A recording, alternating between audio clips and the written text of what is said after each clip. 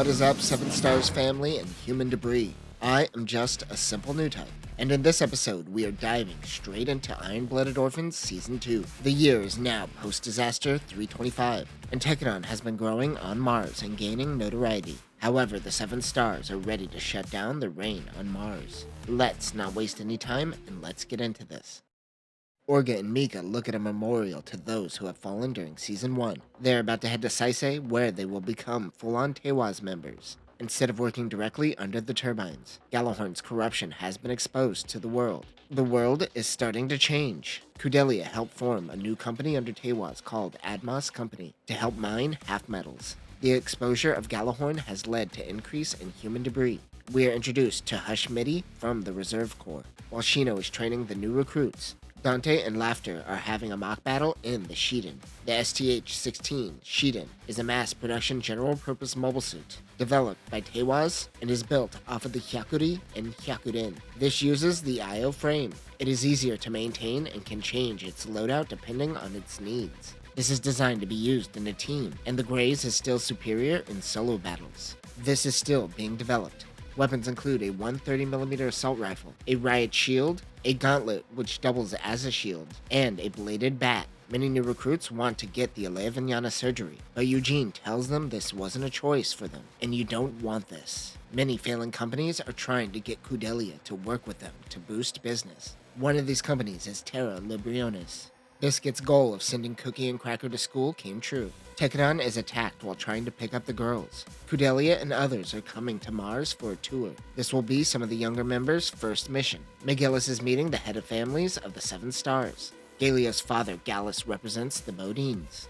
Nemo represents the Baklazan family. Alec represents the Falk family. Rustle is a part of Elians, and finally Iok Jukon. They bicker over slowly losing power. We are introduced to Julieta of the Oriented Fleet. Rustle Elians wants her to work with the Outer Orbital Fleet to monitor Mars. I guess what's left of it after Carta died? While everyone gathers at Mars for the tour, the pirates Dawn Horizon Corps attack. It seems they were hired by Terra Libriones, who was turned down by Kudelia. Mika is away on business picking up Barbie, so Akihito and the gang attack the pirates piloting Garm Roadies. The UGY R45 Garm Roadie is a mobile suit built off of the Roadie frame. Like the Man Roadie, this is equipped with heavy armor. It is versatile, even for its chunky size. It has a unique armored head sensor. The commander unit has a bigger antenna. Weapons include the boost hammer, a rifle, a pair of hand grenades, a shield on the left shoulder, a 300mm long rifle, and a buster sword. This has an Alea system for the pirates' human debris. The mobile workers move back as Shino's team of Shidens move in. He is piloting a Shiden Custom. The STH-16TC Shiden Custom is Shino's customized Shiden. The gauntlet shield can be used by the standard Shiden, but it isn't a part of the standard loadout like Shino's. The Ryusei Go's battle data is finely tuned to Shino's needs. His is the only Shiden with an Alea system. This will eventually be handed down to Ride Mass. Weapons include a partisan-edged weapon and an assault rifle. They take out one squad with Shino destroying the Garmrodi unit, but another squad is moving in on their location. Orga talks a big game about perseverance to Kudelia, but then Mika makes his appearance. Orga says, "Oh, Mika's here. Never mind. We got this." He is piloting the upgraded Barbie. The ASW G08 Gundam Barbados Lupus is upgraded by Teiwaz on Saisei. Based on Mika's battle data, he defaults to melee, so they decided to make it a melee unit. It has also been finely tuned for Mika's needs, including a lengthened frame, better suspension in the legs, and upgraded joints. There are extra waist thrusters. This actually has a worse operating time, but it hasn't bothered Mika. He also defaults to the new and better balanced twin mace. Other weapons include a sword mace, 200mm arm guns, a close to mid-range rocket launcher, a new longsword, a variable mace, and a large railgun. The mobile suit also has a subarm and, of course, the AVS. Mika begins smashing heads. He is now known as the Devil of Tekkadan. The remaining pirate retreats, but Barbados just stops working. Cool pose, though. Dawn Horizon plans on attacking Tekkadan once again. Their leader, Sandoval, is all about that pirate life.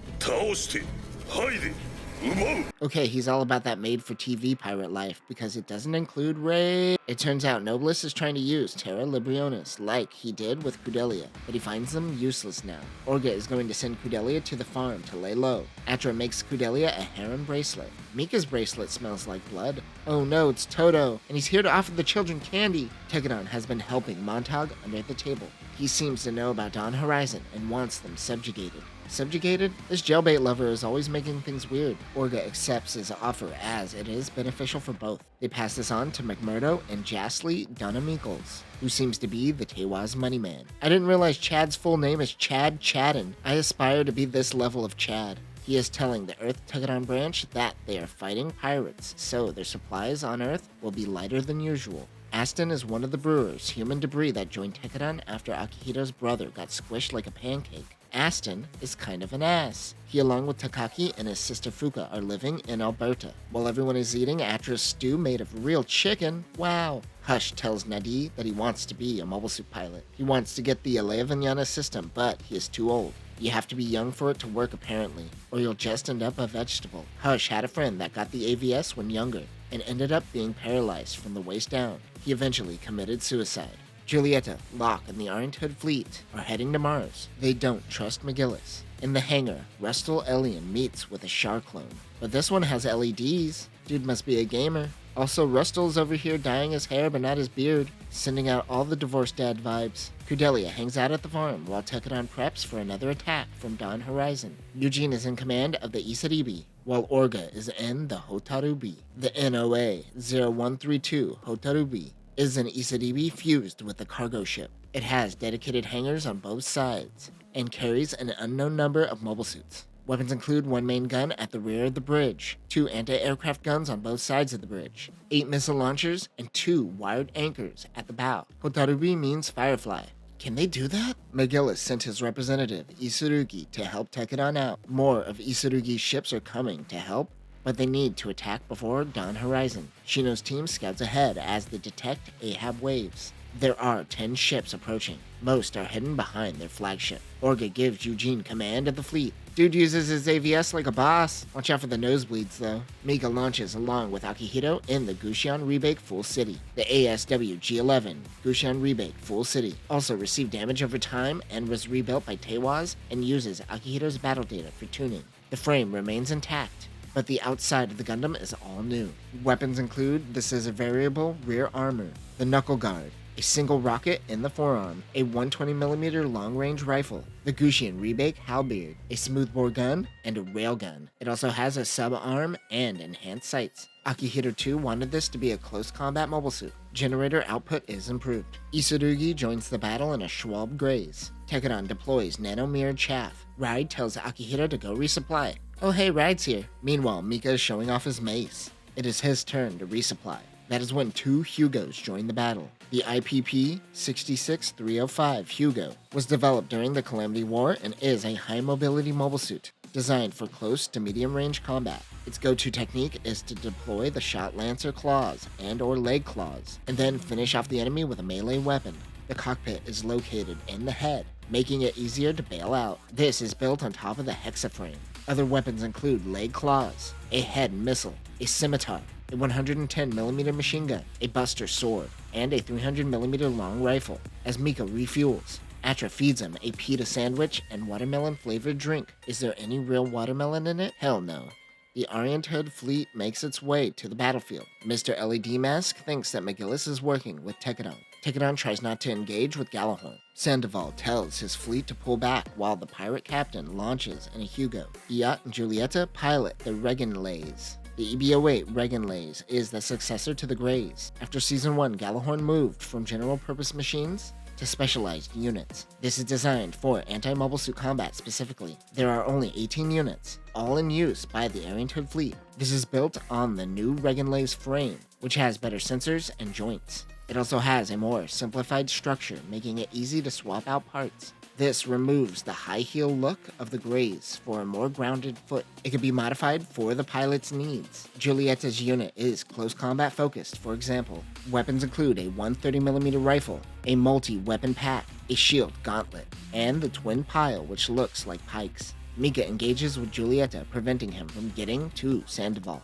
He tries to ignore her for the pirate captain, but 2 more pirates and Hugos run defense. Isurugi comes in to help. Iok is sniping from afar in his own personal Regenlays. The EB-08S locks Regenlays as a bigger antenna for longer range communications. His mobile suit is designed to be long range so he doesn't have to be on the front lines, since he is the head of the Kujan family. Its main weapon is the prototype long-range railgun. It also has the Grey's Ritter's Nightblade. Isurugi holds off Giulietta, allowing Mika to attack. He takes out the 2 support Hugos. Mika manhandles Sandoval. He pops out of the Hugo like a jack-in-the-box. Now that they have the pirate captain, they tell Dawn Horizon to lay down arms and surrender. They take Anime Deadshot prisoner. Their mission is complete, and they head back to Mars. McMurdo is going to up Tekadon's funds after their success. Jastly thinks that this isn't a good allocation of resources. Isurugi assigns Array Proto to be the new Mars branch head. He is essentially the new Coral. Orga pays Allium Gyojan of Terra Librionis a visit.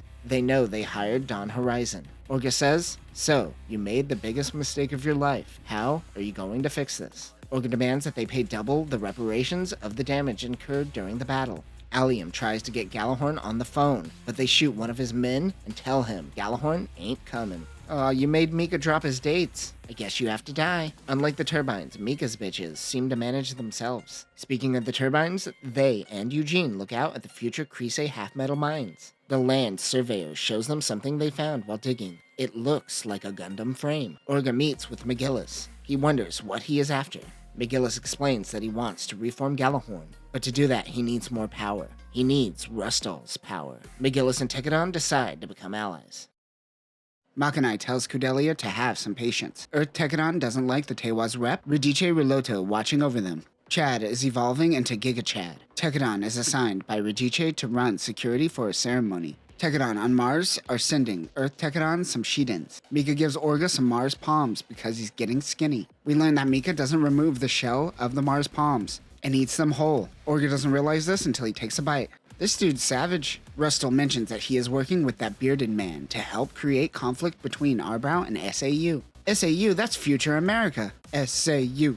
SAU. Ashton learns what pride is for the first time. Oh, there's a Japanese anime. I mean, Praido. I wish I could have held a gun before learning about Praido. While Chad is talking to Makanai, Radice walks into the room and says, "Oh hey, those flowers weren't in here recently." It is a bomb. Chad rushes to protect Makanai before the explosion goes off. This was caused by the bearded man known as Galen Mosa. It seems Radice is working against Tekadon with Galen to start just a little war. Just a little one. A small war. McGillis is informed of the attack. It seems many of the blocks are relying on private military forces over Gallahorn. Earth Tekadon is tired of waiting for answers, as they are only tasked with guarding the outside, while the Arbrow Defense Forces handle things on the inside of the government building, where the attack occurred. They want to take action into their own hand. The chain of command falls on Takaki, who tries to settle them down. He talks to Radice to get answers. Makanai and Chad are unconscious according to this Excel document that I'm looking at. Huh, what is this? He gives Takaki the runaround. He's also giving Mars Tekadon the runaround as well. So Orga decides, screw it, let's go to Earth.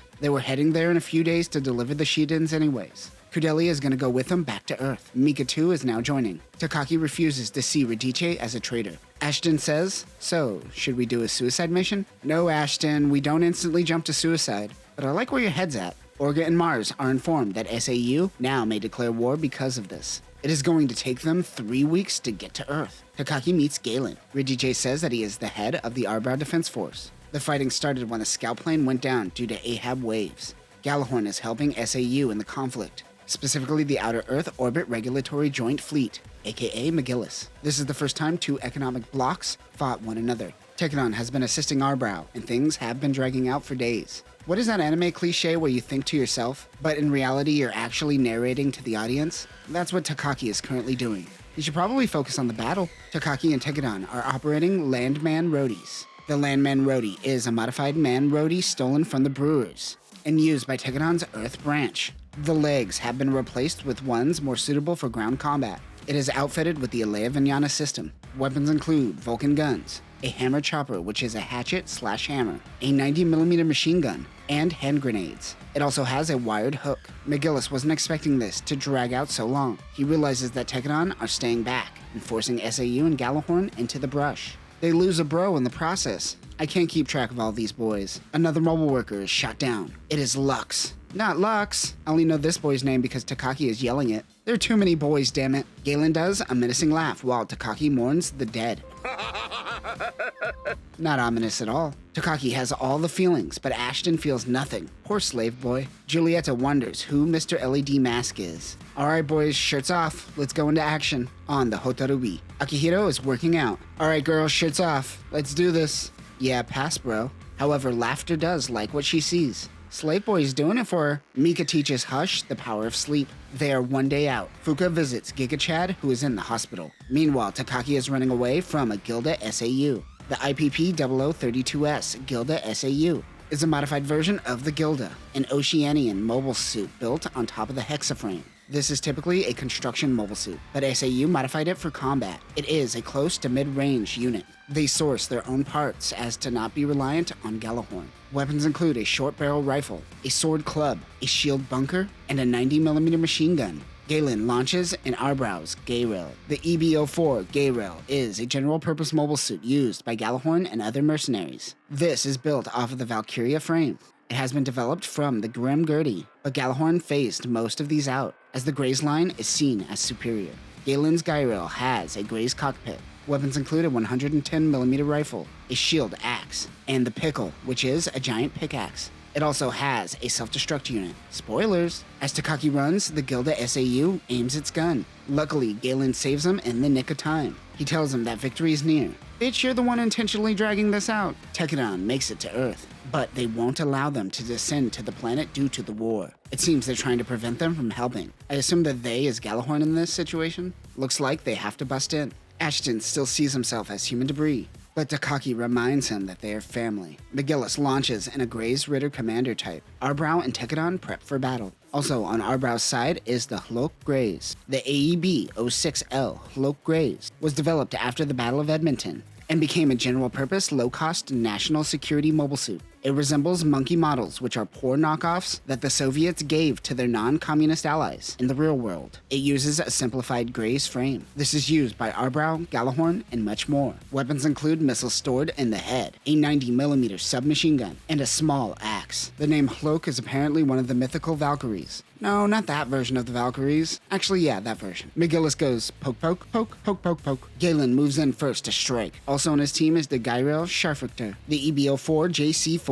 Gayrail Scharfrichter is a sister unit to the Gayrail and has heavier armor and equipment. This is mainly a melee unit. Weapons include a 110mm rifle, a pickle, which is an ice pick, a land mace, a pair of claw shields, hand grenades, and a bazooka. It also has a hover unit and a booster unit on the back. Also, Scharfrichter means executioner in German. This is an example of when they should have directly changed the name. Gayrail Executioner sounds way better. McGillis asks Takaki if it was Orga who gave these orders to fight him. He ignores McGillis and attacks. Takaki knocks out his Nightblade, but McGillis grabs the pickle and swings towards his cockpit. Ashton pushes Takaki out of the way, and he takes the brunt of the attack. Oh no, I totally didn't see that one coming.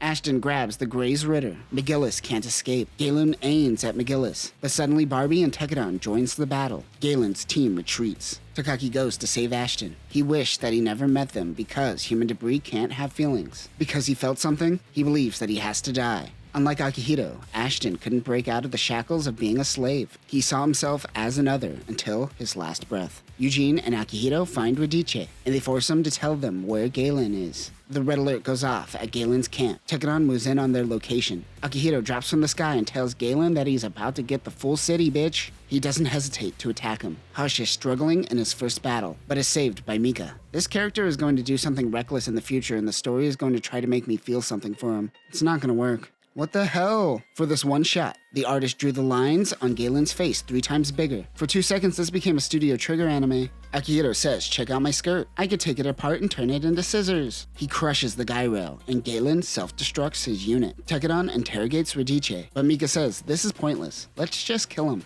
Takagi says that this is an Earth Tekadon problem and to let him handle it. Mika goes, yeah, okay, and hands him a gun. He asks Radice why he betrayed them. He tries to say that Orga is too far to understand Earth's problems. Takagi says neat and gives him 3 bullets. A triple tap, nice. McGillis says Chocolate Daddy is back. You know, I'm amazed that Mika peeled off the wrapper and didn't just eat the whole thing. He tells Mika about Agnica, the man who created Galahorn. Julieta learns that Galen is dead. He was apparently a mentor of the sorts to her. Russell reminds her that you can't mourn a man that never existed. Takagi tells his sister of Ashton's death. The 7 Stars try to investigate this Galen Mosa, but he doesn't seem to exist. They think that Arbrow is trying to cover something up, exactly what Rustal wants. Rustal meets with McGillis. He is reminded of their first meeting when he was a kid. McGillis simply said the name, Bio. We learn that this is a reference to the first Gundam piloted by Agnica. Rustal knows that he manipulated people behind the scenes, which is ironic because McGillis is almost like an anti-Char. Everyone around him is corrupt and he is just pointing out the corruption and fixing it. Sure, he's just doing it for his own self-interest, but you know what? Actually, no, this is just Char. He is amazed that Russell can make this Galen Mosa completely disappear off any records. Arbrow and SAU have reached a peace agreement. A part of that agreement is that Tekadon has to leave Earth. Everyone on Earth is hyper-nationalist now and becoming self-sufficient. Tekadon isn't needed.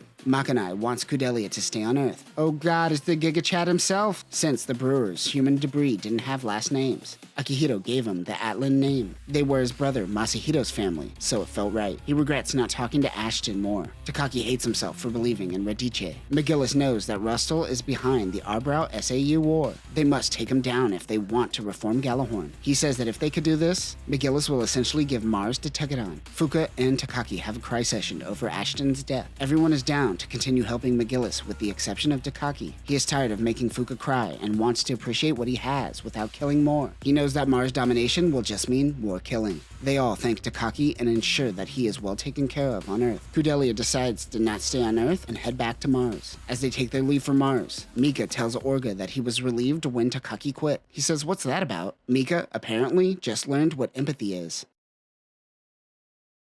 Galahorn are finally recognizing that the national blocs are starting to arm themselves, and there's nothing they can do about it. This has been a slow inevitability since the Dort Colony incident. Mr. LED Mask wants to crack down on those intervening with Galahorn, knowing this means fighting McGillis. Derma is a former brewer human debris. After hearing of the death of Ashton, he wants to pilot one of the Rhodey frames. They're receiving many Shidens. Just like Chad, many of the boys are shirtless and ready to train. The reason Laughter and Aji are even a part of this season is because they are overseeing production of the Shidens. However, it looks like their job is coming to an end. They weren't able to get the latest machine they dug up working because the Ahab reactor appears to be asleep. The mechanics at Saisei help to get this running. Naze and the other company heads meet with McMurdo. They are mad that Tekadon made a deal with McGillis without consulting Tewaz. This deal, however, will make them all really rich. Naze is willing to put his life on the line if Orga is wrong about this deal. Naze tells Orga to watch his back. Tewaz's internal conflict will lead to many wanting both Turbines and Tekadon out of Tewaz. He also tells him that this is the last time he is going to forgive little bro. Hush now treats Mika like a senpai. Mika tells him to go away. After Chad talks to Nutty, he realizes he doesn't stink anymore. Bro's always stinky, something must be up. It appears it's because he and Maribit have been hooking up. Giga Chad is mad. Was there a moment that showed that Chad was into her? Giga Chad says, why didn't anyone tell me? Apparently no one else realized Chad was into her either. Maybe show more signs. You know what? You're getting demoted to just Chad again. Prove your Giga worthiness. This ship shows up more times than the Bisco or the Skipjack, but who the hell knows what they are? Maybe it's an orbital colony. I don't know. Isurugi says that Tekadon can use part of the ship for whatever they wish. They now essentially have access to an orbital docking station. Currently, SAU and the Oceanian colonies are going through their own rebellions. The more Kudelia's business grows on Mars, the more it inspires others to take action. Nobilis knows this and is playing his hands. Kudelia says, excuse me, are you playing a menacing game of chess while talking to me? You know how we feel about that. Galahorn is training. They go up against Mr. LED Mask in Gundam Vidar. The ASWG XX Gundam Vidar is an upgraded version of the Gundam Kimari's Trooper. This was done after Rustal and the Ariantrad fleet saved the mobile suit after the Battle of Edmonton. They upgraded the machine, but these upgrades were mainly designed to hide the fact that it is a Gundam. A third Ahab reactor is added to the backpack. It doesn't add extra power. It's designed to only mess with Ahab frequencies. All Kimari's weapons have been replaced. This has a pseudo-Alea Vignana system which allows human-machine integration without the need for life-threatening surgery. This is achieved by using using Ein's brain as an interface. Weapons include a Buster Saber, a 110mm rifle, a handgun, and blades in the feet called Hunter's Edge. He is able to handle business in the new Gundam frame. This is a man out for revenge. Hey, you kinda sound like that guy who tried to get that other guy to bang his prepubescent sister. Speaking of Space Epstein, McGillis tries to talk geopolitics to a 10-year-old girl. ごめんなさい。私にはよく。 Yeah, no shit. Ghastly is spying on Tekadon. He knows they are working with a ferried family of the Seven Stars. Many of the Tewa's companies don't like Tekadon or the Turbines, like McMurdo. Ghastly also has connections with the Seven Stars, and he too can play this game. Iko and Yamagi wonders what's up with this Gundam frame they found. They have no data on this unit. The only people that do are Galahorn, since they are working with McGillis. Iko wonders, why not just ask? Also, Iko Turbine has been around since season 1. I'm pretty sure most of you confused her for laughter because she doesn't really serve a story purpose until now. The orbiting ship is called Ares. So they have a name for the ship but no data on it. Okay. After asking McGillis about the mysterious mobile suits they found, he tells them to immediately stop excavation of the unit. He tells them that these things are called mobile armors. They are weapons that could kill millions and destroy civilizations. It's so serious that McGillis heads towards Mars instantly. Ghastly wants to use this opportunity to make a move on the Seven Stars. Rustel's team is informed that McGillis is on the move. They also know of the mobile armor. Rustel calls them Plumas. They are solely responsible for the Calamity Wars, and it was Agnica and his team that took down the mobile armors. The Pluma is an unmanned mobile armor subunit created by the Hashmal. These units are weak, but they are strong in numbers. It is designed for swarm attacks. The Pluma sends data back to the Hashmal, so it could create improved forms on the fly. Weapons include a railgun, claws, and a drill on the tail. Vidar understands that McGillis is after the Order of the Seven Stars. This is the highest title of the Seven Stars given to those who take down mobile armors. It was how the Seven Stars families were formed. The Order of the Seven Stars have the ability to change the Seven Stars royal families. Those that control the power controls the seats. Ghastly is of course the one leaking intel to Rustel. Meanwhile at Saisei, the team activates the Pluma. Atra, Mika, and Hush visit Kudelia. Everyone's amazed that Mika could read an entire sentence on his own. Progress. Kudelia manages Mika's money, and a lot of the other kids' money. Kudelia notes that it's sad that these kids are now making money for the first time, and they don't do anything with it. Their base needs are met, and most of the slave work they did in the past were to simply cover those base needs. Kudelia says it shows how little they truly know about the world. I don't know, man. Kinda sounds pure to me. Free of consumption? What a dream. McGillis meets with Tekadon. Mika, Hush, and some others act as security while on the Martian surface.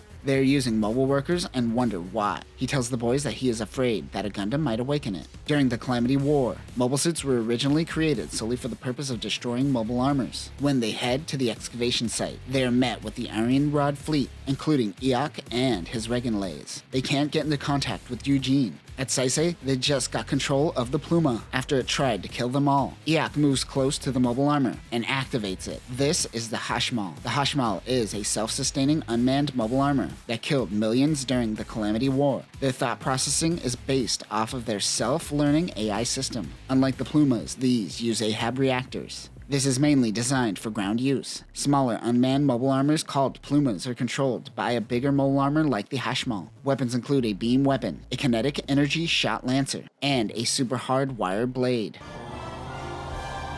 That's the most emotion I've seen out of Mika this entire series. McGillis says they need to retreat. They aren't going to be able to handle this. Iok and his team attack the mobile armor. It launches Pluma in overwhelming numbers. Iok retreats to save the bloodline, while his men die. It is getting dangerously close to the half-metal mines. The Plumas are refueling and resupplying. They are more concerned with the overwhelming numbers of the Plumas than the Hashmal. Dante and Shino are ready to go into action. Calm down, not just yet, boys. Put your shirts back on. Iok thought McGillis wanted the Order of the Seven Stars, but he is just trying to snuff out corruption. But now that he put the idea into McGillis's head, the Order doesn't sound so bad. Holy self-fulfilling prophecy. Their best bet is to set a trap for the mobile armor. Kreis? I forgot what we decided on. The city seems to be its next target. Vidar and Julieta move in to search for Iok. Mars doesn't seem to have big enough shelters for events like this. Kudelia doesn't want to evacuate if the people of Kreis can't shelter. She decides to stay. They plan on trapping it in a gorge near Kreis.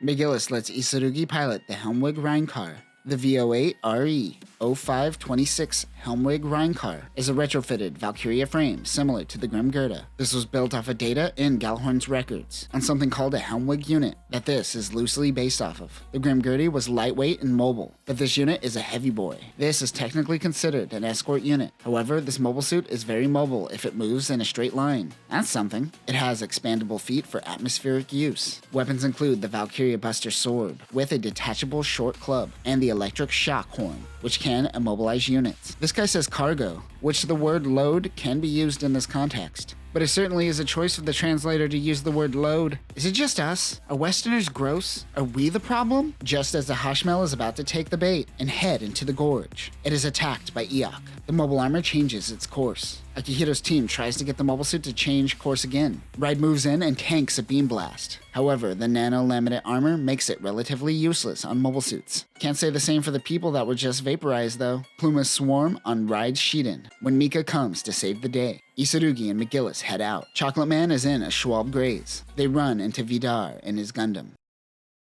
Raid Shiden is dead in the water after Mika came in to help. Pumas rush to his location. Barbados is acting strange. Isurugi, McGillis, and Vidar stare at one another. Vidar says, "How dare you use the same mobile suit Carter died in?" McGillis knows exactly who this is now. Vidar flees. Akihiro and Chad try to stop the Hashmal and change its direction. As the full city rushes in, something goes wrong and Akihiro is stopped in his tracks. Chad starts to lure it away. The full city and Barbados are down and no one knows why. Orga sends out the first unit along with Laughter and Aji. Nadi goes to see if he could help fix Barbie. Julieta helps Iok, but he goes to take on the mobile armor by himself. Mika says that Barbados stopped listening to him. One of the new mechanics this season is Zach Lowe. He tells Nadi that there are limiters on the machine preventing that mobile suit from going 100%, but the mobile armor is trying to force the mobile suit to max out its power. If Mika and Akihiro pilot their suits, they might have another incident like in Edmonton. Zach says, "Well, if you gave me more lines in the show, maybe I could have solved a lot more problems." They're overwhelmed by the number of Pumas. When the Hashmal begins working with them, Laughter and Aji weren't able to hold their formation and they break through. Iok comes in and says, "I'm joining this battle." Julieta comes down and says, "No, you're not." She pulls him out. Meanwhile, Atra and Kudelia do more harem management. They finally contact McGillis regarding the situation and go to help, but McGillis says they are taking the glory even though Teknon is doing all the work. Nadi recognizes this as well and tells him that they are walking on eggshells working with McGillis. Orga calls in Shino. They have a new mobile suit they could use. The Hashmal and Pumas continue through the cavern. Everyone teams up to take them down. Shino, with Yamagi sitting in his lap, rushes in piloting Gundam Flautos. The ASW G64 Gundam Flautos, or Ryusei Go version 4, is one of the Gundam frames found in the half-metal mines. It has a quadrupedal transformation mode called Shelling Mode. Saisei helped activate its 2 Ahab reactors. They added an Alea Vignana system. The railguns were built using parts from Teiwaz. While in shelling mode, it can pierce through nano-laminate armor. These Calamity War-era railguns were deemed illegal by Gjallarhorn standards. Other weapons include a pair of short-barreled cannons, a 120mm machine gun, an assault knife, and a shield. You get a little feet action in this episode. That's a treat for you freaks out there. Shino waits for a command by Orga. They hear a voice on the comm saying they will handle it. It is Ride Mass and Shino's old Ryusei Go. He attacks the Hashmal and buys the others a few moments to get the upper hand. The Flautos transforms into its shelling mode and fires the Galaxy Cannon. This causes the cavern to fall apart, crushing many of the Pumas. They just have to focus on the Hashmal. The Aryan Ride fleet moves in to help, but they get swung around like toys. Everyone is losing ground. Orga goes out in a mobile worker. The mobile armor is unstoppable. It goes after Ride Mass. Even though Orga didn't want Mika to go out, he does so anyways. Barbados joins the battle. We learned in a flashback what we probably all assumed to a certain extent, but was never said out loud. Since the incident when they were children, Mika views his life as being on borrowed time. He thought he was going to die that day as a kid, so for him he is willing to risk it all. Nothing has changed, however, and Mika be popping them blood vessels. The Gundam skates on the Mars desert dodging the Hashmal's attacks. As he gets closer, the mobile armor takes out the legs, the arm, and then tears through the torso, barely missing the cockpit. Mika pushes himself even further. He borrows the Helmrig Rheinkar's Valkyria Buster sword. He then bonks the Hashmal on the head and then stabs it through the beam saber. Barbados is practically destroyed, but he was able to take down the mobile armor. McMurdo tells Orga that he's becoming too much of a lapdog to Gjallarhorn. Luckily, Mars is bringing in a lot of money. Iok points fingers at McGillis for awakening the mobile armor, even though it was totally his fault. However, there isn't any proof. Most of the 7 stars understand that there are layers to this, and know they can't make the 7 stars appear weak. Rustall essentially tells Iok to know his place. Julieta wants to pilot the new mobile suit. They have to bring Barbados to Saisei for repairs. However, they can't until Mika gets out. He is passed out in the cockpit, and they can't disconnect him until he wakes. They don't know what will happen if they unplug him. He eventually comes to. They disconnect him, but he can't move. It turns out his entire right side no longer works. Kudelia, Atra, and Mika think that they could still make this harem work. Kudelia isn't handling it all too well, but then she realizes Atra is handling it even worse. Atra tells her to let Mika put a baby in her. You think his dick still works? After witnessing Barbados take down the Hashmal, McGillis recognizes that raw power is what shapes the world, and he wants it. Meanwhile, Vidar is talking about gains, bro. 収穫 Iok resorts to working with Jasly. He is very desperate. Mika is heading to Saisei with the Gundam in a few days. The adults know Mika shouldn't pilot Barbados anymore, but he will never say no to Orga. Mika acknowledges that now that he is like this, the only thing he can really do in life is use Barbados to fight. But if Kudeli could build a world where there is peace, then it is worth fighting for. They're gonna Bonnie and Clyde this shit. Aji, Laughter, and Echo are heading back to Turbines. Echo says, "You will train your entire life, and you will never be as good as Aji, and we will never see you again." Well, it was nice meeting you too, Echo. Laughter says goodbye to Akihiro. He tells her that she's the only person who had his back besides Mika. Jasly tells Iok that the Turbines are the ones that are backing up Tekadon. Julieta is joining Iok so she could test out her new mobile suit. Rustall tells Vidar that Iok wouldn't act reckless if he just takes off the mask, which means Rustall knows who he really is. I mean, he is the one who saved him. We flash back to Atra and Kudelia's baby-making conversation. She calms Atra down with some milk. Milk? Atra wants Kudelia to tie him down with a baby. Kudelia says, "Why don't you tie him down with a baby?" They decide to both tie him down with a baby. The Turbines are working on a new mobile suit called the Hekija. The STH-20 Hekija takes data from the Hyakurin and Hyakuri and is a high-performance mass-produced mobile suit. This took more time to develop than the Shiden. The unit is built off of the Teiwa's frame, working close to Tekadon. They developed methods to combat the Alevanyana system. This has an assault mode, which activates more thrusters, including 2 in the legs. Weapons include a rotating blade, a 110mm bayonet rifle, and the Tobiguchi blade. Naze and Amita reminisce about their past. She was originally hired as a mercenary. She used to pilot an old Spinneroti. He eventually asked her to be his wife, and they started the Turbines. He eventually created his harem. As mentioned before, he did this for protection. If you read between the lines, it essentially means that it's really hard to be a woman in the Outer Mars territory without getting human trafficked. The Turbines are informed that they are being investigated by Galahorn. Mika meets with McMurdo when Teiwaz is informed that Naze went missing.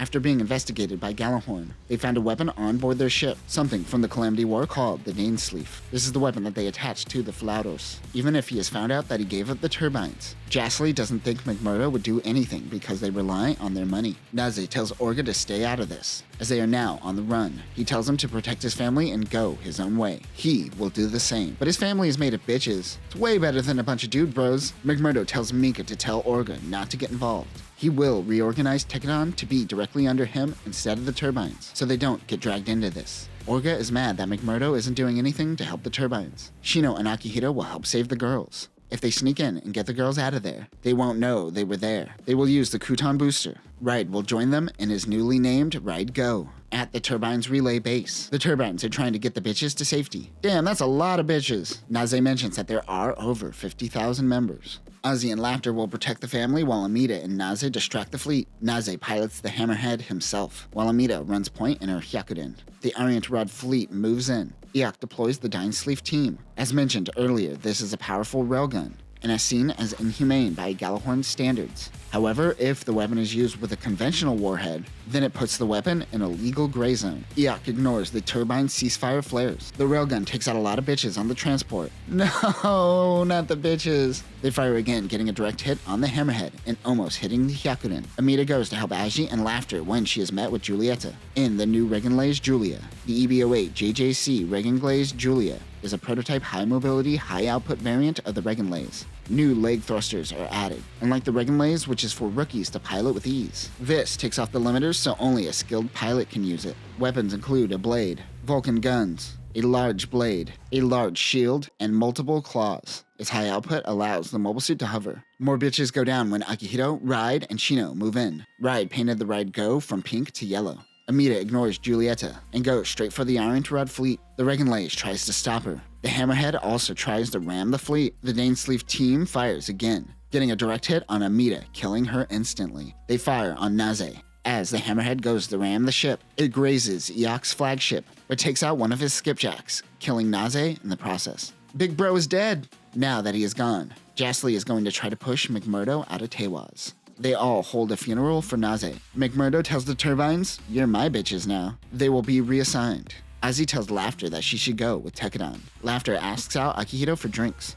The two go on a date and eventually say their farewells. She learns that she truly wants to be with the turbines. Orga is still crying over Big Bro. Meanwhile, Mika finally comes around to it and says that he and Atra should have a baby. Oh, now you have cold feet. Before leaving Saisei, Laughter stops in a store to buy a bear that looks like Akihito. While thinking about Akihito, an assassin pulls out a gun and shoots Laughter in cold blood. Echo informs Tekadon that Laughter was murdered. They want revenge, knowing it was Ghastly. Ghastly expects them to attack and is waiting for them. McGillis will back Tekadon if they attack. He knows that whatever decision they make, their relationship with Tewaz ends here. Mika's cool with severing ties. He and Orga look up at Lupus Rex.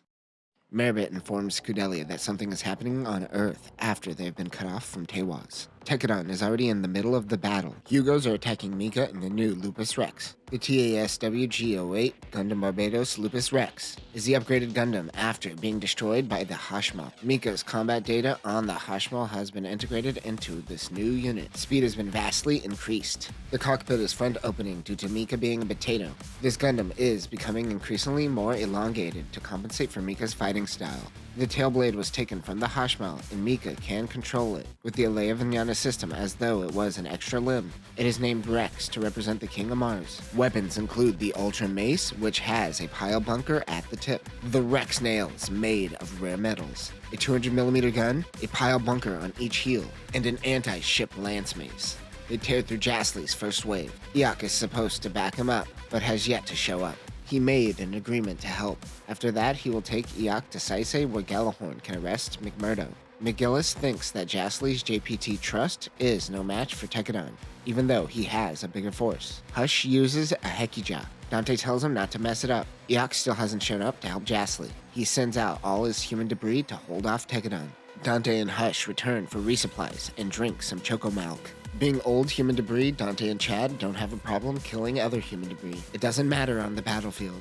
They're still the enemy and they will kill them if they don't do it first. Akihito is taking out his anger on the battlefield. He's taking Laughter's death in strides. Julia is mad that if Iok didn't interfere, Amita would have killed her. She's mad she isn't strong enough. Iok isn't coming, so Ghastly goes groveling to McMurdo. He ended up making a deal with Rustall regarding the illegal weapons, in exchange for looking the other way regarding the turbines. He knew Ghastly's plan the whole time, and he will have to get himself out of this mess. McMurdo says that Tekadon is terrible at business, but they are natural-born leaders. Their pride is through the roof! Their pride also tears through their forces. That's some strong pride. Ghastly tries to call a truce. Orga wanted to see him beg for his life, but it isn't fun for him anymore. Mika takes his mace and crushes the bridge, killing Ghastly. Tekadon and everyone else watches Earth broadcast as McMillis begins a coup. He tells the people the truth regarding the turbines incident and how the Seven Stars are no longer the peacekeepers. Tekadon is now joining McGillis' forces. Meribit resigns from Tewaz so she could be close to her man. Mika says that the Gundam makes him feel like he truly has a tail. Vidar wants to head to Earth to settle things with McGillis. Meanwhile, Rustall gathers the entire Arianrod fleet. We get a flashback of a McGillis who was trafficked, diddled, and taken advantage of. He eventually became the heir of the Fairreed family, but was still diddled and taken advantage of. One night he came across a book,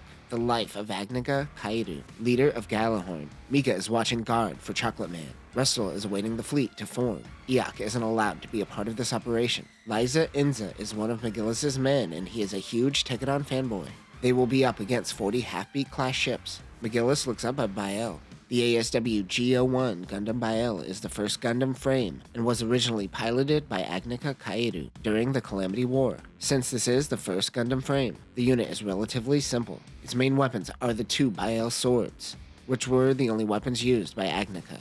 Agnika died in the Gundam, and it is said that his soul remains inside. Galahorn memorializes this Gundam at its headquarters. It has a pre-7 Stars Galahorn logo on its shoulder. Other weapons include 2 electromagnetic cannons and an anti-ship lance mace. This also has the Alea system. This Gundam is in a shrine as a symbol to Agnika and the end of the Calamity War. Gundam Vidar comes bursting into the shrine. He takes off his mask to reveal that he is Galio. Yeah, no shit.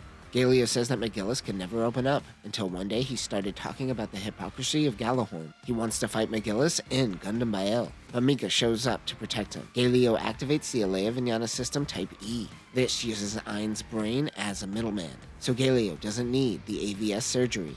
Ein takes control of the mobile suit, and Galio is just a vessel. Gundam Vidar can hold its own against Barbie. McGillis gets into Gundam Bael and attaches the AVS. He goes shirts off just like the boys. Upon seeing Gundam Bael, Galio retreats. McGillis tells the world that he has resurrected Agnica. His message is cut off by Galio. He lets the world know that he is still alive. Rustle informs everyone that he kept Galio hidden from the world because McGillis is responsible for the death of Carta Issue. McGillis is prepping Mika to head back into space. He asks how an adult can get the AVS. He tells him about Ein and how he was a test subject for this very moment. The Alea Vignana system was lost to time, apparently, and Gjallarhorn didn't realize that the surgery was necessary to activate his Gundam. That's a stretch considering human debris still has the surgery. Humans are gossipy bitches. It'll get around. However, the legend is Agnica's soul must choose you in order to pilot it. That is the propaganda he is going with when telling the 7 stars. He demands that they hand over Gjallarhorn's ground forces to him. The 7-star grandpas refuse to help, but also refuse to fight against the will of Agnica, so they will remain neutral in all of this. Without the help of the 7 stars family, he and Tekkadan will have to take on the Iron-Blooded fleet themselves. McGillis brings Tekkadan some supplies. The only thing Maribit and Dexter can do for the children is stay by their side as they fight. You remember Dexter, the accountant from the beginning of the series? Another moment for Dexter. Juliet tells Galio that he has a handsome face. These two still haven't kissed. Orga punches McGillis for not thinking this plan through. These aren't soldiers, these are my family. Atra wants to put a baby in Mika. Nope, other way. Kudelia is starting to realize that creating a world where people like Mika don't have to fight is a contradiction. They are who they are because of their harsh upbringing. Do you spoil the next generation or do you allow them to preserve through hardship? Every parent has to ask this when raising a child. Mika tells Atra his dick only works when he is connected to the Gundam. The Arian-Rod fleet has gathered and is ready to attack. The fight begins. Shino, Chad, and Dante drift too far from the ship. The skipjacks are focused more on McGillis' revolutionary fleet. This was originally the HQ Central Direction Defense Corps. Isurugi heads out in the Rhine car. The Arian-Rod fleet is trying to win this by outnumbering them. Julieta's team is focused on Tekkadan. Orga motivates the boys by saying if they live through this, they're going to get all the bitches and the money. Mika finally joins the battle. Julieta's team moves around the mobile suits and tries to flank the Isaribi. Barbados stops them from moving in. In a flashback, Rustle tells Julieta to take on Barbados. Julieta tries to penetrate the Gundam's armor. She is fast, but not strong enough. The Isaribi gets a direct hit. A revolutionary fleet mobile suit is using an unauthorized Dying Slave and attacks the Arian-Rod fleet. It seems Russell infiltrated one of McGillis' teams. He attacked his own fleet to have an excuse to use the Dying Slaves himself. They too fire the Dying Slaves and take out a good chunk of the revolutionary fleet. Iak doesn't like Russell's methods. Everyone evades as fast as possible. Shino pushes Ride out of the way and he gets hit. So too does the Hotarubi take massive damage. The Hotarubi lost weapons control. Shino is alive, but his arm is broke. He tells Yamagi that they need to whip out the Super Galaxy Cannon, which is essentially a Dane sleeve. Shino asks out Yamagi. These aren't the two that I want to kiss. McGillis launches in Gundam Bael and motivates the men for their second wind. Galio fights him and his Kamari's Vidar. The ASW G-66 Gundam Kamari's Vidar removed the third Ahab reactor, which was only there to hide the mobile suit's identity. Now that Galio made his appearance public, he returned to the Kamari's design. The AVS is still retained. This is the opposite of the Gundam Kamari's Trooper and designed for Zero-G. However, it still focuses on hit-and-run attacks. The Drill Lance is not only a blunt instrument, but it has 2 Dainsleif launchers, a drill, and 200mm cannons. Other weapons include a drill knee, a sword, and a shield. Isurugi distracts Galio while McGillis rallies the troops. The Dainsleif team fires again. Tekkadan moves in on the fleet. Eugene pilots the Hotarubi while towing the Isaribi. They're going to swing Shino around so they can fire the Galaxy Cannon. Shino tells Yamagi that he isn't going to die. Well, don't say that. You were in this very gay moment. McGillis returns to back up Isurugi. Mika prevents Julieta from helping the fleet. Eugene swings the Hotarubi to use as his shield while they push forward. On the Hotarubi is Shino. He aims the Galaxy Cannon and fires. He misses Rustle's ship. Shino rushes the fleet, but he is just one mobile suit and is taken out. Mika is distracted by Giulietta. Orga wants to go save Shino, but Eugene tells him the reality of the situation. They don't have time. They have to back it up. Back it up. Let's elaborate on the Regenlays Julia's sword, which is called the Julian sword. There's a sword in each forearm. The swords can switch between sword mode and whip mode. They are made of the same rare metals as the Valkyria blade. While whipping at Mika's mace, Giulietta finds a weakness. Mika grabs onto her leg with his tail and smashes her left arm. Giulietta says she will be there for Rustle. She says it a few times. Luckily, Mika pierces through Giulietta's cockpit before she babbles on about Rustle once again. Mika wipes Giulietta off his mace, like she didn't even matter to him. Savage. The Hotarubi self-destructs, releasing nano-mirror chaff, messing with Galahorn's LCS. Isurugi moves in to help Tekadon, while McGillis fights against Galio. He laughs at Galio for essentially lowering his values to achieve power, no different than McGillis. Isurugi comes in to save McGillis. Galio Siroko's Isurugi. He will hold off the Kamaris while McGillis regroups with Tekadon. Galio rips Isurugi in half. He believes that Isurugi died in vain for McGillis's delusions. Galio is able to recover what remains of Giulietta by sheer luck. Tekadon is taking one of the turbine's back routes back to Mars and getting the hell out of there ASAP. Zach Lowe tells everyone in the hangar, "Hey man, why don't we just quit?" Unlike him, most of Tekadon has nowhere else to go. They aren't done fighting either. Derma lost an arm while fighting, but Akihiro cheers him up and reminds him why he gave him the Atlan name. Galahorn is still chasing as they head back to Mars, but being on home turf will make it harder for Galahorn to resupply. Hush says something is different about Atra. Yeah man, she's got Mika's seed up all in her. Giulietta is alive in a medical pod. She wants more power to defeat the Gundam. Yamagi is a sad boy. Eugene tells him that Shino knew Yamagi liked him. Although they were family, he wasn't against it. Array Proto of the Galahorn Mars branch informs McGillis that he has been stripped of his rank and status. Galahorn is allying itself with Rustle even though he wields Gundam Bael. Array Proto is indebted to McGillis. He is the head of Mars branch due to the incident with Coral in Season 1. So he is just going to look the other way. A lot of people turning a blind eye in this series. They have made it back to Mars, but Tekadon's mobile suits were wrecked. They have no extra parts to fix them either. Orga says now that McGillis has absolutely no leverage. He is taking orders from Tekadon now. Orga wonders who the real enemy truly is, as most of their enemies are just a matter of circumstance. Eugene wonders if they should just throw McGillis under the bus to protect their necks. But Orga won't go against a partnership. However, maybe if he is fighting for nothing, they could break ties. On the news, Tekadon has been labeled as working under McGillis. So much for throwing him under the bus. They are now criminals. Iok wants to participate in the next battle. Atra wanted to tell Kudelia that Mika's baby juices are inside her, but decides not to. Now that they are labeled criminals, they can't find anyone willing to lend them money for the upcoming battle. All of their accounts have been frozen. Nobilis has cut off ties from the Admos company for working with Tekadon. He tells Kudelia that if she cuts ties, Nobilis will work with them again. Orga says that she should probably cut ties to save Admos. He gathers the family and tells everyone that if they want to quit, now is the time. Zach says, "Yeah man, I quit. What about family?" Zach tells Dane to come with him. Dane has been around this entire season, but now it's Dane's moment to shine. He mentions to Zach that he murdered people before joining Tekadon. Tekadon accepted who he was. For him and most of the family, they are indebted to Orga. Nadi tells Maribet to leave, but she refuses. Orga calls McMurdo and asks if he could get into contact with Rustle. Mika asks Kudelia to watch over his and Atra's baby that he just put in her. Mika made a promise to Orga all those years ago, and he thinks that promise is what is keeping him alive, so he might as well make all the promises. Atra comes in and tells Mika to put a baby in her too. Mika says, "You want a baby? I can make this happen." They all think, "We are really kicking ass at making this harem work." Orga tells Rustle that he is willing to give up McGillis. But Russell says, "Nah, not good enough. We're going to kill you and set an example. Deal with it." Kudelia suggests that they just disappear and become someone else. It won't be possible on Mars, but on Earth, Arbrow can give them new identities. Dexter tells them that he was able to recover some funds from an offshore account. They lose their internet. Suddenly, Galahorn has them surrounded. They are already here. Zack and some of the others are still at the base. Looks like they are part of this battle now. Galahorn tells the world of their mop-up operation of Tekadon. Tekadon is going to blow up the place and hope they think that they all died in the explosion. Nadi tells them of the service tunnels that go directly to Kreese. Kreise? Eugene says, "You know what, boys? I think this is actually going to work." McGillis is mad that Tekadon is choosing to run, but them feigning their death will allow Rustle to move in closer.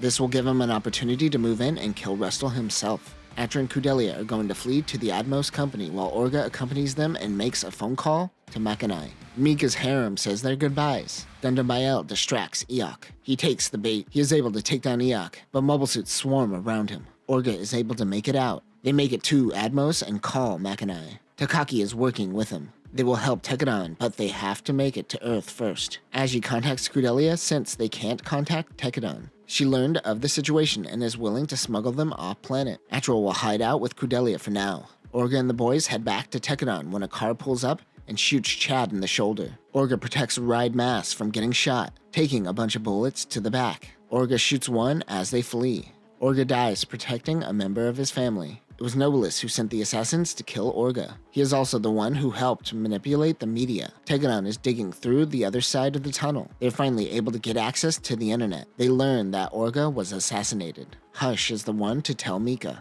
Mika gathers everyone for a meeting. He riles up Tekadon and tells the people they will still follow Orga's footsteps, even though he is gone. Julieta has recovered from her injuries. But more importantly, she has grown to understand that her heroes are shady as hell. Derma wants to fight, but Akihito wants him to flee. One of the human debris has to live on to have a normal life. During the Hashmal arc, Orga was tempted to go out in his own mobile suit. This happened to be his own personal Shiden. The STH-16TC2, Orga's Shiden, was a gift from McMurdo for Tekadon purchasing a large number of Shidens. It is no different than a typical Shiden, with the exception of the antenna and visor along with the white nanolaminate armor. Shino referred to it as the King's Throne. Weapons include a 130mm assault rifle, the Partisan Blade, a riot shield, and a shoulder shield. Eugene plans on using this mobile suit. The mobile workers surrounding Tekadon begin their assault. The NK-17 Galahorn mobile worker is Galahorn's version of the mobile worker, used for patrol and security operations. It is bigger than all mobile workers we have seen thus far, and these can use high-caliber weapons. Because this uses a hydrogen engine, it can function in cities, which devices with AHAB reactors are supposed to stay away from.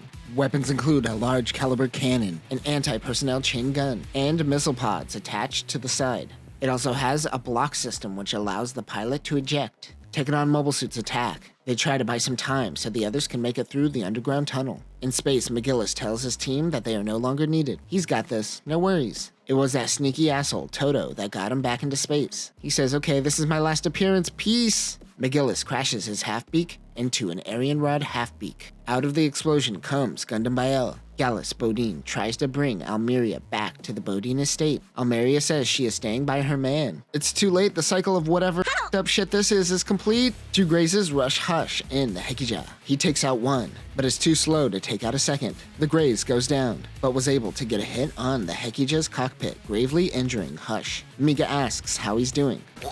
Hush always thinks that Mika is the coolest, so he plays his death off as nothing and tells Mika he will defend this area. Mika says, cool, peace, I'm out of here. Mika is a little autistic and took a dying man's words too literally, while Hush tried to be cool down to his last breath. If you think about it, it's kind of crazy that Akihito, the big dumb guy, is the best at communicating his feelings out of the boys. Galeo and McGillis fight. Rustle doesn't send out more mobile suits as he wants to see how this plays out. Vidarlio tells him that he ultimately seeks power with no real end goal. With the help of Ein, Galeo is able to stab McGillis. They crash land into a hangar and McGillis bails. He tries to make it to the bridge to kill Rustle, but Galeo is one step ahead of him. The two shoot one another. McGillis is shot. Galeo is protected by his Vidar mask. McGillis says that he always acknowledged Galeo and Carta, but tried to stay distant because he knew this day would eventually come. McGillis dies while Galeo yells at him, while also realizing he kinda forgives him, but he also doesn't want to in the name of Ein and Carta. Rustle sends Julieta down to Mars to finish this. The boys have made it through the tunnel. Mika tells Eugene to fall back and go be a leader while he handles business. Akihito says the same thing to Dante. It's just Full City and Lupus Rex. As they take down Grazes, some fall back.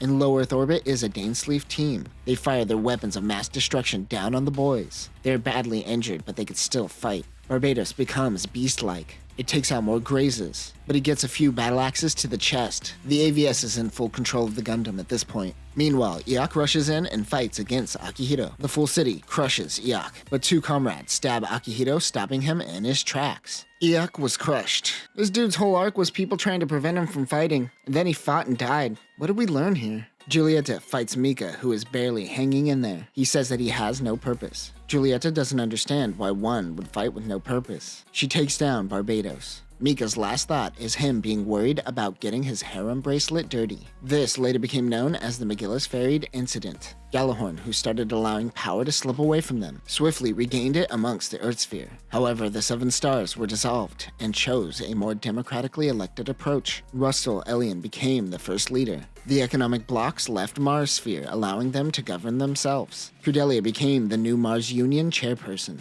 More names were added to the Tekadon Memorial. Kudelia and Elian worked together to abolish human debris. They signed this new law in Arbrow, home of the former Makanai, who eventually passed away. Eugene is now Kudelia's bodyguard. The AVS has left Galio in a wheelchair. Mika really could have used one of those. For Julieta, she is still coming to terms with the fact that Tekadon fought, not for politics or power, but merely as a means of living. Fighting was the only way they could express themselves. Takaki is still working on Earth with the new Arbrow Prime Minister. He may one day become Prime Minister himself. Chad is working for Admos while Dante works in an orphanage. Nobilis goes to take a shit when he is assassinated by Ride Mass. He figured out that Nobilis was responsible for Orga's death. Maribet and Nadi started a family. Yamagi is still working as a mechanic. Kudelia visits Atra and her son, Akatsuki. Kudelia loves this world that Tekadon built for them.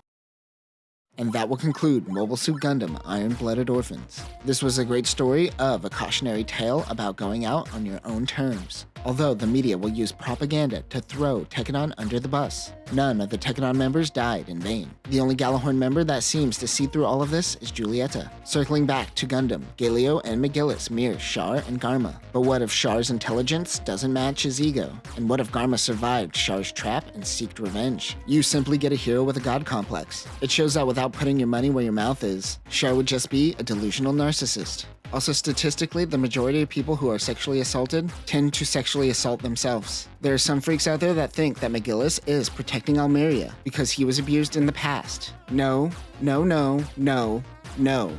Now that we have finished IBO, we will probably return to the 90s and begin our coverage of Afterwar Gundam X. But that will do it for now, human debris. Remember to always go out on your own terms. Peace.